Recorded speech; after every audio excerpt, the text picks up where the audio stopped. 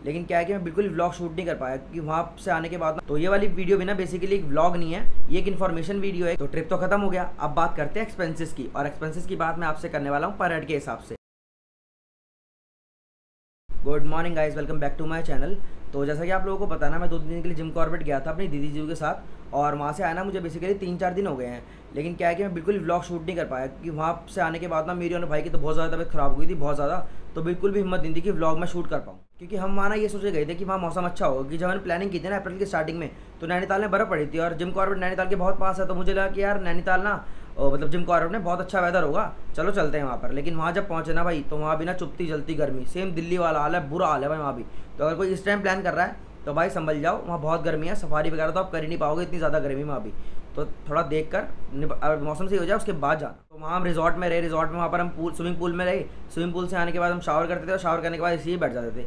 तो उस कारण ना हमारी तबीयत ज़्यादा ख़राब हो गई थी। तो ये वाली वीडियो भी ना बेसिकली एक ब्लॉग नहीं है, ये इन्फॉर्मेशन वीडियो है कि अगर आप भी हमारी तरह एक जिम कॉर्बेट जाकर एक रिजॉर्ट में रुककर फुल एंजॉय करना चाहते हो तो ये आप कैसे कर सकते हो, इस वीडियो में आपको बताने वाला हूँ। तो चलिए शुरू करते हैं। तो पहले हम करते हैं ट्रिप की बात। और हम 7 लोगों ने यहाँ से ट्रिप स्टार्ट किया, अपनी स्कॉर्पियो उठाई और चल दिए जिम कॉर्बेट की तरफ। टोटल अप एंड डाउन का डिस्टेंस हमारे को पड़ा वो 650 किलोमीटर्स पड़ा, और बीच रास्ते में हमारे को 6 टोल भी पड़े।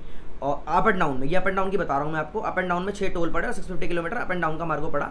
और हम पहुँच गए जिम कॉर्बेट में, एक रिजॉर्ट में। जिम कॉर्बेट नहीं, जिम कॉर्बेट थोड़ा सा पहले रामनगर है, रामनगर में कॉर्बेट एडवेंचर रिजॉर्ट है। हम वहाँ पर रुके। ये रिजॉर्ट क्यों चूज़ किया, वहाँ तो काफ़ी सारे रिजॉर्ट है। इसके पीछे का रीज़न ये है कि भाई वहाँ का ना खाना एक नंबर है, और हम जैसे फूडी के लिए ना खाना नंबर 1 प्रायोरिटी रहती है।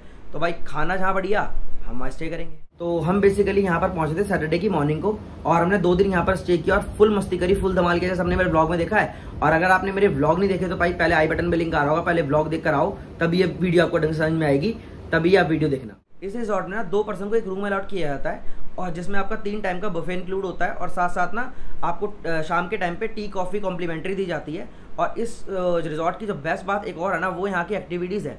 मतलब यहाँ पर सिर्फ यही नहीं है कि आप रहे 3 दिन और खाना वाना खाया और मतलब आ गए, ये ऐसा नहीं है।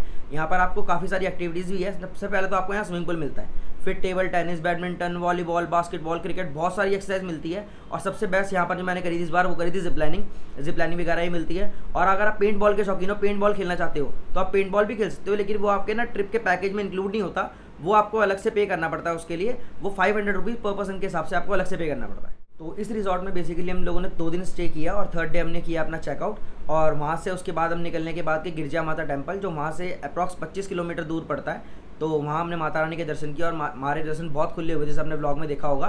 तो बहुत खुले दर्शन करने के बाद हम लोग निकल गए अपना दिल्ली के लिए, और फिर दिल्ली पहुँच के हमारा ट्रिप हुआ खत्म। तो ट्रिप तो खत्म हो गया, अब बात करते हैं एक्सपेंसेस की। और एक्सपेंसेस की बात मैं आपसे करने वाला हूँ पर हेड के हिसाब से, क्योंकि भाई पर हेड के हिसाब से ही आप कैलकुलेट करोगे तभी आपको समझ में आया क्या क्या बजट बैठा हमारा। तो हम लोग स्कॉर्पियो में गए थे, और अप एंड डाउन हमारे को पड़ा 650 किलोमीटर्स। तो पर पर्सन के हिसाब से हमारे को 1000 रुपये का फ्यूल का खर्चा आया। तो 1000 रुपये फ्यूल करने के बाद आने जाने में 6 टोल पड़े थे, उसका हमारे को 100 रुपये पर पर्सन का खर्चा आया। तो ये तो हो गई फ्यूल और टोल वगैरह की बात। अब बात करते हैं जो मेन खर्चा आता है, कहीं भी जाते हो सबसे मेन जो खर्चा आता है ना, वो होटल का आता है। होटल में स्टे करोगे यार आप, या रिजॉर्ट में स्टे करोगे, सबसे महंगा खर्चा जो आता है वो इन्हीं का आता है। तो हमारा क्या खर्चा आया 2 दिन का, जो इतना हमने इन्जॉय किया, तो इस रिजॉर्ट का हमारा 2 दिन का पर हेड का खर्चा आया 4400, 4400 रुपये। और अगर एक दिन की बात करें तो एक दिन का 2200 रुपये पर पर्सन के हिसाब से ये खर्चा आता है इस रिजॉर्ट का।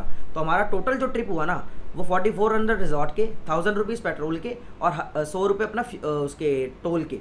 तो टोटल मिला के 5500 में हमारा ट्रिप कंप्लीट हो गया। तो अगर आपको भी हमारी तरह मज़ेदार एक ट्रिप प्लान करना है ना, और जिम कॉर्बेट जाना है, तो आप मेरा वाला ये ट्रिप फॉलो कर सकते हो। और अगर ये वाली इन्फॉर्मेशन आपको थोड़ी सी पसंद आई हो ना, तो please like, comment, share and subscribe to my channel Kunal के व्लॉग्स। अब मिलते हैं आपसे नेक्स्ट वीडियो में, तब तक के लिए बाय बाय।